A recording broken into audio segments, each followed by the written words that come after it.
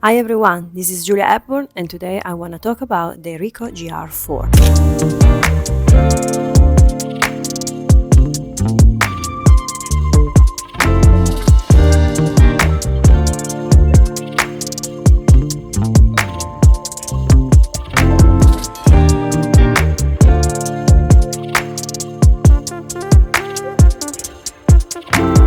And here you go, the Ricoh GR4 finally in my hands. Honestly, I never thought I would own a Ricoh GR. This video is more about my very first impression about this camera, and I have to do a few disclaimers. The first disclaimer is that I never used a Ricoh GR before, apart the Ricoh Digital one, but just for like a few days. My experience with the GR and Ricoh is basically all new, and basically that's it. So you know what, I give you even more context. I didn't even know that Ricoh was doing cameras since a few years ago. Actually, was one of my friends while we were walking the street of London talking about that she would like to buy a camera that was small and compact, possibly with interchangeable lenses like the Pentax Q7, and she was looking for the Ricoh because it was the perfect size for her. And I remember that I was like, Ricoh? What?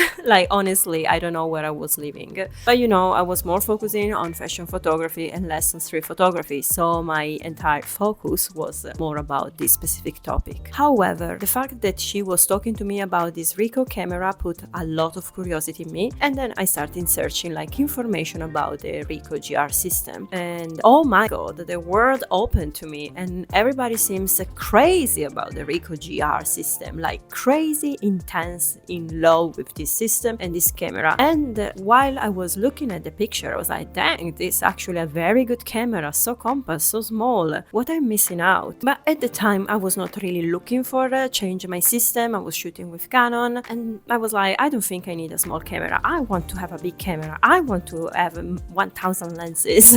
I want to have a zoom. And the fact that the GR system comes with a fixed lens was something that I guess was scaring me, because I never tried the 28mm. Fast forward, while I moved to Fujifilm as my fan camera, I finally have the occasion to buy more lenses and to finally try out different focal lengths, and one of them was the 27mm, and guess what, I like it a lot. And this put me again in the thoughts about the Ricoh system. I was looking to buy a Ricoh GR3 since a long time, almost 2 years, but the price was still very high for a camera that was a little bit old, and I was like, do I need a camera? I just bought the Fuji, what shall I do? And then the announcement about the Ricoh GR4, and I was like, you know what, I'm gonna wait, I'm gonna have this new system and start very fresh and new. And so I did. I put myself in the pre-order, and finally at the end of September I got the Ricoh GR4. Here you are, my little beauty princess, and it's very tiny compared to even like the Fuji with a 27mm is a very tiny camera. My very first impression of this camera was like, oh my god, finally I can understand why all these men on YouTube say this camera, I cannot really hold the camera properly in my hand, it's so tiny. And like, wow, what an experience. I think I never experienced to hold a camera that was that tiny and feeling like, oh, I'm gonna definitely let it slip from my hand. But I guess also I was a little bit worried because I just take it out from the box and I was like, well, I need to be careful, it's a new camera, it costs a lot of money, and you know what, be nice. The feeling that the camera is actually small in the hands, it really disappears quickly. It actually fits perfectly in my hand, it doesn't slip, it belongs to my hand. So I decided to hit the streets in an area that I used to know quite well. I walked for kind of 2 hours non-stop with the camera always on. I put a strap on the camera and then connect it to my wrist, and then I just walk. This is how I use the camera, the strap on my wrist, and that's it. my hand can cover very well the camera, so I was holding basically in this way or this way, and I try to hold the camera in front of my eyes, but also trying to be more sneaky and holding basically very low to achieve low angle and not really looking through the screen. I know that this was a kind of a bold decision because it was the first time using this camera. Maybe I should actually look at the screen, but I'm used to this system with Fuji, so I actually just did it and it was fine. If I have to change something from my very first experience with this camera, it would be definitely to have actually a neck strap and hold the camera in my chest and try to get more like a horizontal shot. However, I don't dislike the shot that I got. Meanwhile, camera. For the images that you are seeing, I've used a positive film as one of the recipes and high contrast negative to try also a black and white. I shot in RAW because I need to control the editing process, but however, I think I can confidently let it go this and shoot with this camera in JPEG.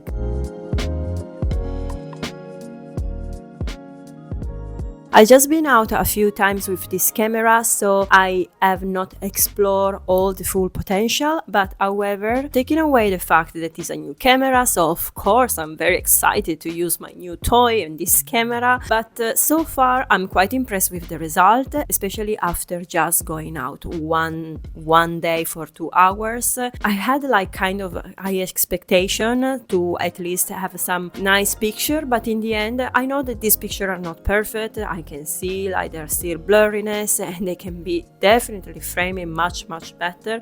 However, the fact that the camera is so small and can actually stay in my pocket is something that is mind-blowing for a person that is so used to have massive camera. And as I told you, and even if I put with the Fujifilm and the most small setup with like a 27mm, it's still a big camera, while this one is actually extremely sneaky and small and quite powerful. The only downside I found at the moment is the battery life, because okay, I took the camera on all the time while I was walking because I didn't want to switch on and off all the time, so the battery basically drained quite quickly. Let's say in that 2 hours it was basically dead. At the end of 2 hours I had to recharge it. I think I will invest in more batteries to compensate this like durability, but also I know that is also my choice because I kept the camera on. Even if I use the 27mm in Fuji, I was still a little bit worried about using the 28mm, and then of course it's a new camera, so we need to know each other a little bit better, no? But the experience was very good. I'm very pleased. I'm happy to finally own a Ricoh GR and to be part of the GR family. I can't really wait to explore more.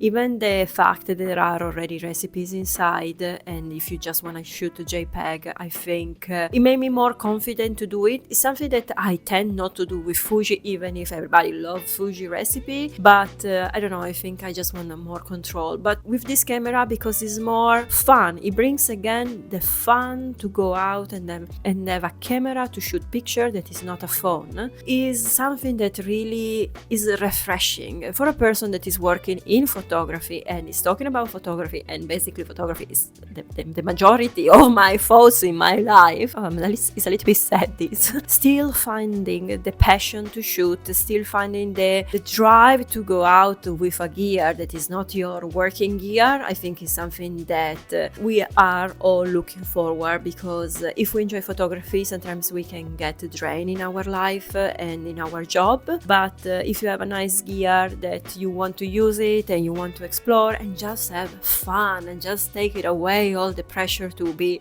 the best photographer ever on earth, this camera made me feel I just wanna grab it, have in my the tiniest bag possible, and I can just go. And I potentially can take nice picture and I can take them anywhere. I don't have to hide more the camera because somebody's gonna see it. So that's great.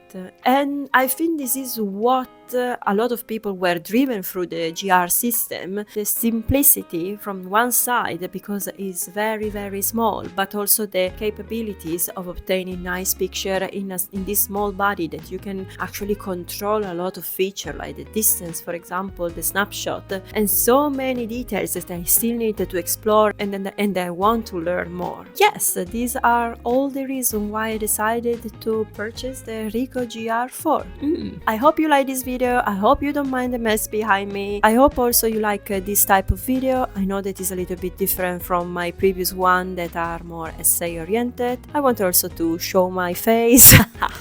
If you will like and subscribe to this channel, you will make me extremely happy, and if you also would like to follow me on Substack, where I publish every Monday a new article about photography and my experience as a photographer and diving a lot into the photography world, you can count how many times I say photography. I will be even more happier. Thanks for watching, and I'll see you next week. Bye!